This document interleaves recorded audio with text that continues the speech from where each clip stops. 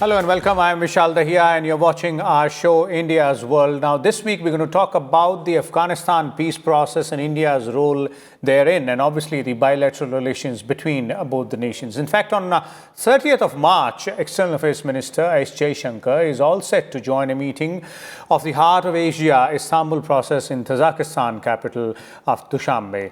In fact, recently Foreign Affairs Minister of Afghanistan successfully concluded an official visit to New Delhi from 22nd to 23rd of March. He was also accompanied by a senior delegation from the Foreign Affairs Ministry, and this was his first visit to India after assuming the current charge.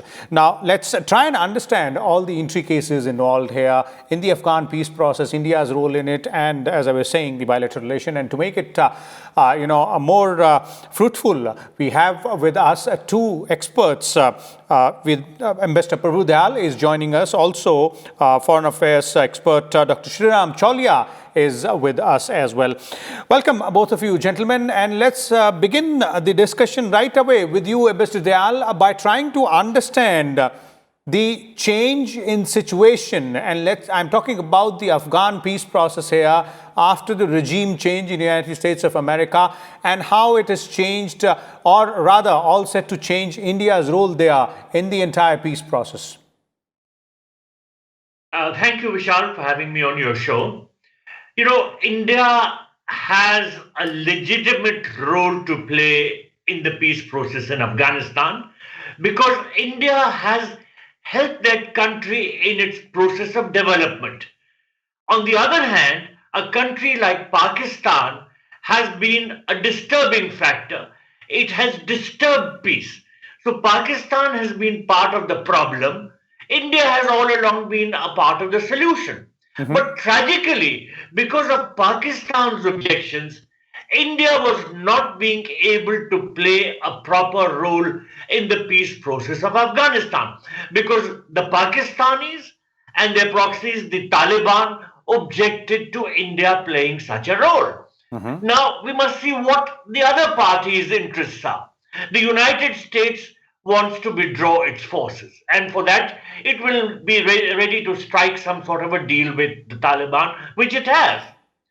The Chinese would be very happy to see the Americans pull out from Afghanistan. So would the Russians. The Pakistanis also want the Americans out because then their proxies, the Taliban, can invade the country, disturb the peace and occupy it, and it will become a strategic hinterland for Pakistan. It's only India that wants long-term peace and stability in Afghanistan. But tragically, India has played a role only from the sidelines, if at all, or not played any role whatsoever, because the Pakistanis have been able to prevent India in this regard. Now, as you said in your introductory remarks, that is set to change. It is set to change because I think the Americans themselves realize that if peace is to prevail in Afghanistan, then India has to play a very, very active role in this process. They've also realized that the Pakistanis are being mischievous and that the government of Kabul, while it is willing to go along a considerable distance, but at the same time, its friends must also be part of the process. And that is why India is being included, because India is one of the biggest donors in the development of Afghanistan. India has donated more than $3 billion worth of assistance to Afghanistan. It has built infrastructure projects. It has assisted in the process of education and health and everything to do with the welfare of the Afghan people. And that is why the Afghan Foreign Minister, whose visit you referred to, recently said at a press conference here in India that India has a legitimate interest in the peace and security of Afghanistan, and we are seeking a greater role for it. So in a nutshell, India should play a greater role, and hopefully it will now be able to. Okay, definitely. And indeed, India's role in Afghanistan's development is undeniably much more than what the other regional players might be doing there in that country. Let me also bring in Dr. Sreeram Chaulia here. Dr. Chaulia, your views on the entire Afghan peace process, the kind of twists and turns which we have seen in the past, few months in that process, and also India's role in it and its significance. What is it that we bring to the table? Yeah, I think it's very delicately poised right now, Vishal. The level of violence on the ground in Afghanistan is tremendous. I mean, targeted assassinations, killings, abductions, disappearances, these have increased like anything while the peace process has been going on in Qatar and also in other world capitals. So I think the complete, it's a very tragic situation in terms of the civilian casualties, and all these have risen to record levels. Even in a very, very war-weary country, we are seeing an especially bloody phase. And this is because Taliban and their puppet masters sitting in Islamabad, they want more bargaining leverage in the talks with the other parties, which are the Afghan government and the civil society and all that. So the more land and the more violence that they are able to command, then they believe that they will have more leverage at the talks. So this is unfortunately the reduction in violence which was supposed to happen as a result of the US Taliban deal of last year under Trump administration has not happened. So this is the biggest problem. And I think that's where, in fact, Dr. Jaishankar, when he met Hanif Atmar, the Afghan Foreign Minister, he was emphasizing that India insists that a permanent and sustainable ceasefire must happen and the level of violence must be reduced. Even the Americans are saying, everyone is saying we want to reduce the level of violence, but Taliban and Pakistan are not relenting on this because they know that, power flows from barrel of the gun. They have come with that kind of a gangster attitude here. So unfortunately, the killings and the violence are putting a dampener. For most of the ordinary Afghans, they are just so tired of this war. I mean, it's been endless. In a way, if you count out a few years of relative stability, then we are talking about almost 40 years. Since 1979, they have been at war only, one form or the other. So generations have been destroyed. So I think that's where there is a sense of urgency now. And unlike Trump, the difference with Biden is not, I think, insisting on this May 1st withdrawal deadline. Because the Trump was insistent, saying, come what may, we are going to pull out. Whether they have a peace agreement or not, we are going to pull out.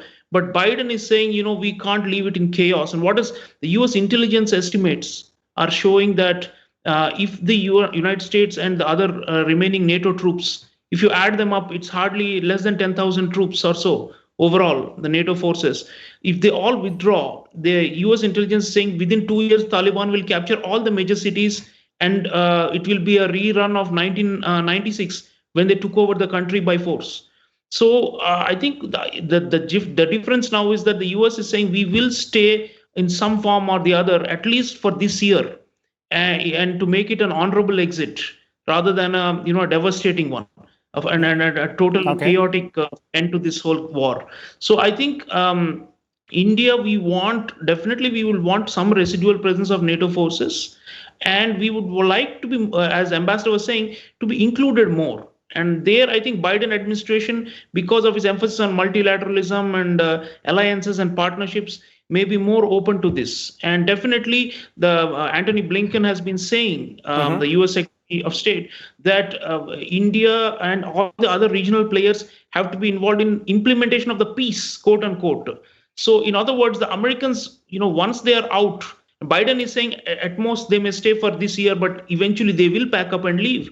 So then the question is, they want to hand over to the regional players. And that is where the biggest challenge lies, as Ambassador is saying, because Pakistan is also a so-called regional player. China is also a regional player. They don't want India to be important there. So the tug of war problem, which has been at the heart of the geopolitics of Afghanistan between the regional powers, that remains unresolved.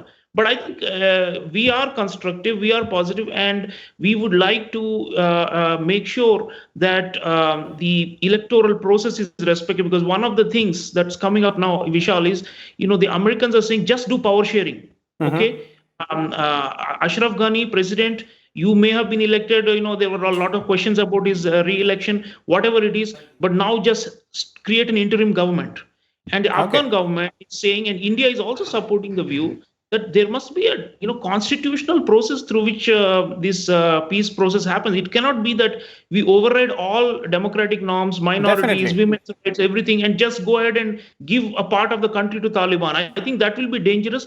We will oppose that to the extent we can. Definitely, that's any important aspect to that, and I'd like to bring Mr. Prabhu Dayal here. Mr. Dayal, a very interesting proposal which has come in from the Afghan President Ashraf Ghani, saying that if Taliban declares a ceasefire and participates in the electoral process, then he's willing to go ahead and make room for the new government. Now, there are quite a number of ifs and buts here in this proposal, and I'd like you to make us understand, is this some sort of rhetoric or is there some real plan to it? No, there is a lot of realism to it. The fact of the matter is that the Afghan president is under tremendous pressure from the Americans to strike some sort of an arrangement or a deal with the Taliban. What the Biden administration has proposed is that Ashraf Ghani should step down as president, then there should be an interim government, and that it should have a new election and set up a new government. And this way, there would be reconciliation and peace. But Ashraf Ghani is refusing to step down as president. He has proposed another plan. And in terms of this, the new presidential election will be held within 6 months if the Taliban agrees to a ceasefire and should actually follow the ceasefire terms. So, in other words, while the Americans are making one proposal, the Afghan president has made a counter proposal, and both are on the table. Now, India has supported the Afghan government's view that if you ask the president to step down, then that's not fair. In fact, he himself is suggesting fresh elections within 6 months, and he should be allowed to do that and facilitate the peace process. The problem arose really because of the fact that President Donald Trump was in such a hurry to strike a peace deal with the Taliban that he put the cart before the horse. Instead of first making a peace agreement and then announcing the date of his withdrawal of American forces, he first announced the date of the American forces withdrawal and said that the peace agreement between the Taliban and the Afghan government would follow. Now, that really never worked. He was trying to show to his electorate that he's fulfilling his promise to bring back American forces from Afghanistan. But in the process, he has created a great deal of turmoil. Now, the Biden and his administration, as Professor Chaulia pointed out, may not stick to this May 1 deadline, but sooner or later, it will also withdraw because it also feels under pressure from the American public. And in all likelihood, by next year, American forces are going to be out. So this entire new arrangement has to be brought in place during the next 6 months or so. Whether this happens or not remains to be seen. At the moment, the positions are far apart of the Afghan government on one side and the Pakistanis, the Taliban on the other side, backed by China and to a great extent by Russia too. Okay, but Ambassador Dayal, the ifs and buts with respect to the this particular counter proposal as well coming in from President Ashraf Ghani, and the biggest ifs and buts here are about Taliban agreeing to a ceasefire, holding on to the terms, respecting the terms of ceasefire for that longer period, and participating in a peaceful election process. Now, these are really sticky points there.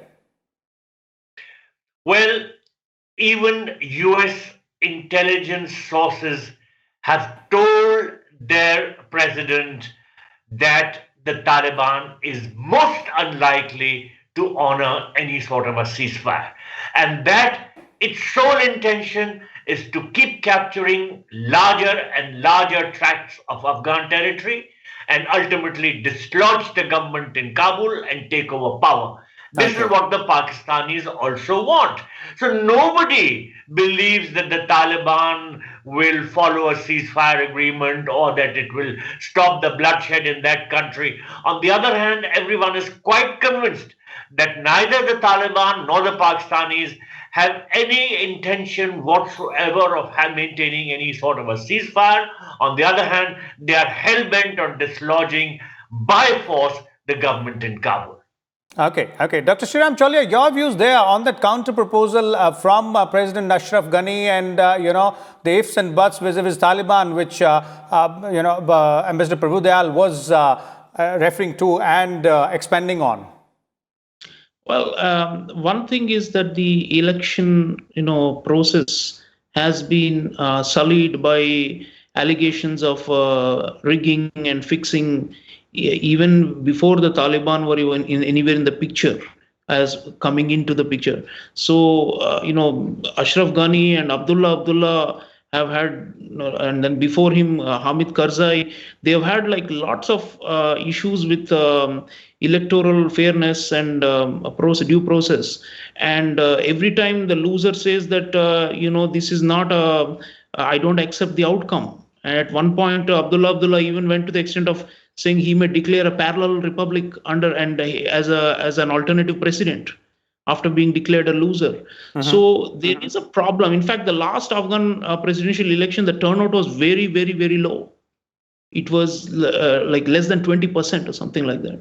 So there is a cloud over it, and there is a governance problem generally. I mean, if you look at the Transparency International Index, Afghanistan is at the bottom, the most corrupt country in the world, almost. And at every level, there is a question mark about the legitimacy of the state. Nonetheless, the thing is, I think the gains, the feeling of most of the Afghan people, and on this Ashraf Ghani is right, is that, the gains of the last 20 years, since the overthrow of Taliban in 2001, those should not be squandered and lost. See, what are those gains? They have a constitution. They have some kind of a due process for peaceful transfer of power.